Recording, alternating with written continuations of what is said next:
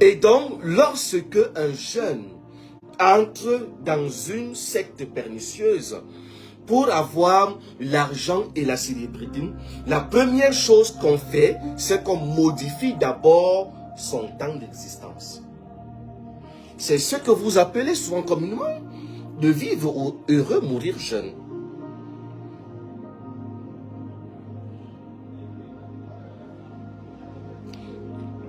Alors, nous sommes donc d'accord que lorsque un jeune entre dans une secte, son temps de vie est modifié. Mais comment on calcule cela pour comprendre comment ça se passe dans les sectes? Déjà, naturellement, le pacte doit se passer et il va se passer par le sang.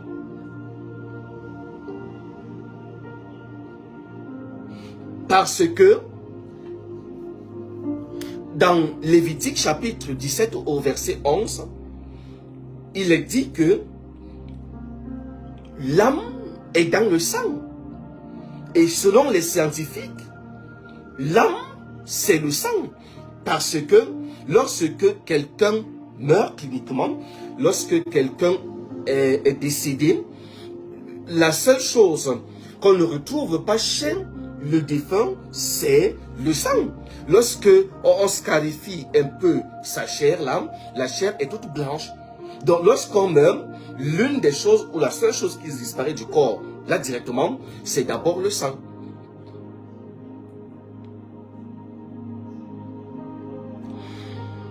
Alors, 33 ans, 33 ans.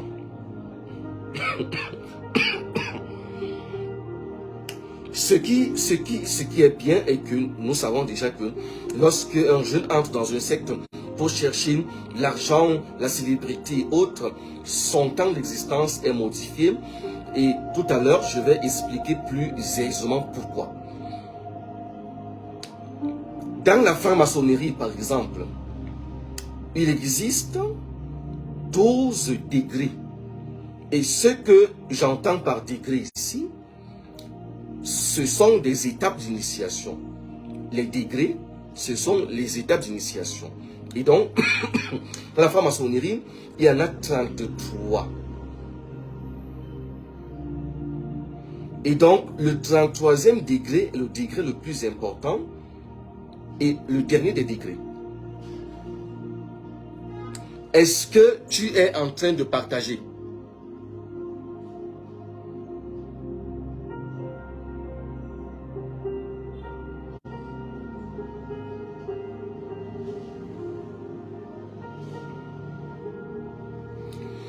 Aussi, dans la franc-maçonnerie, lorsque vous êtes initié dans la franc-maçonnerie,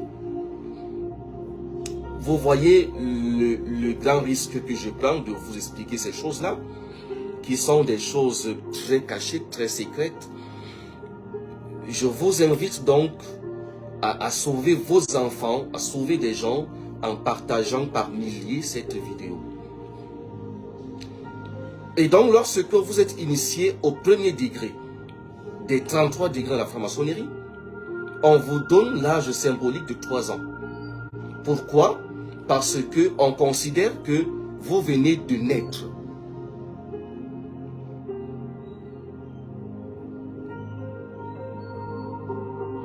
Parce qu'on considère que... Écoutez-moi très bien, s'il vous plaît.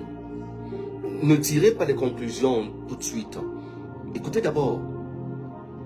Quelque chose est en train de vouloir se dégager définitivement pour comprendre pourquoi depuis un certain temps, les jeunes sont sacrifiés dans les sectes pernicieuses à 33 ans. C'était même là l'épicentre de notre direct de ce jour.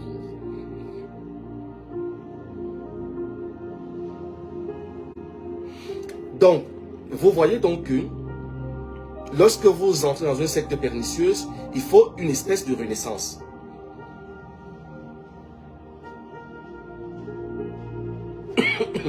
Ce qui signifie que pour appartenir à Dieu, notre Créateur, il faut la renaissance. Et c'est ce que Jésus a enseigné à Nicodème, n'est-ce pas? aussi pour appartenir à une secte pernicieuse, il faut la renaissance. C'est ça, mes amis. Il faut la renaissance. Mais toute la question est de savoir comment ça se passe souvent. Pour nous les chrétiens, on dit que pour appartenir au Christ, il faut passer par le baptême, la nouvelle naissance. Nous appelons cela le sacrement d'initiation à la vie chrétienne. Et lorsque tu es donc baptisé, on dit que tu appartiens au corps du Christ, c'est-à-dire à la lumière. N'est-ce pas, mes amis?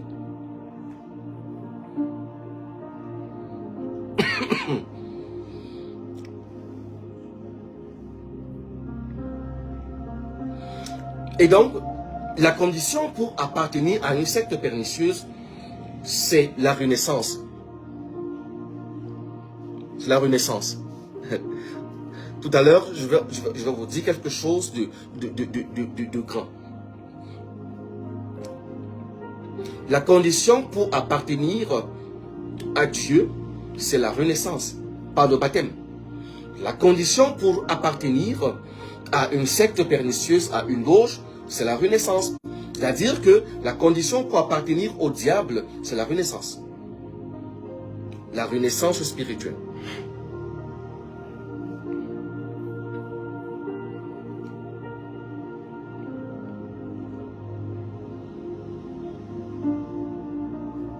Une fois donc que tu as fait le rituel de renaissance dans la secte pernicieuse,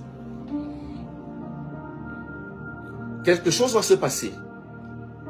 Quelque chose de terrible va se passer.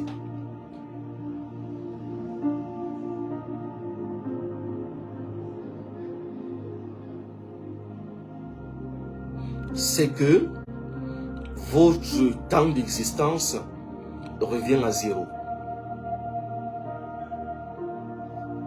Je vais bien expliquer ça.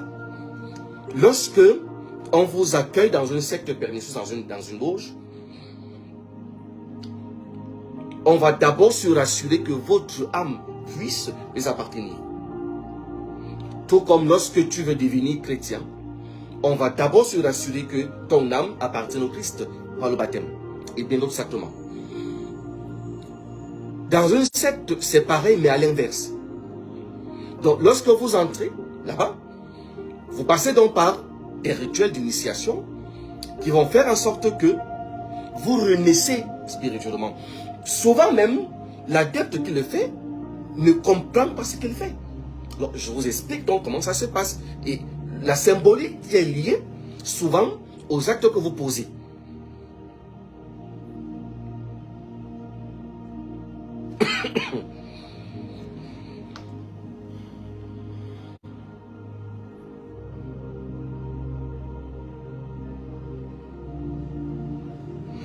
Donc, lorsque tu es donc passé par des rituels d'initiation, de l'autre côté du monde spirituel, tu es rené, mais tu es né dans les ténèbres.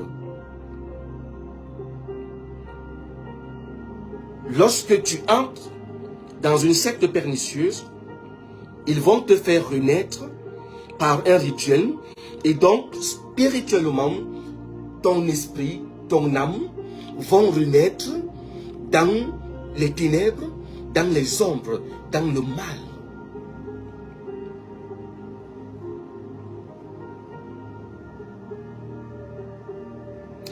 Et c'est donc lorsque tu es rené dans les ténèbres que physiquement tu appartiens à la famille de cette secte pernicieuse. Ça fait que désormais la secte et le gourou et le démon qui ont le contrôle de cette secte-là ont désormais le contrôle sur ton âme et sur ta vie. Loué soit Jésus-Christ.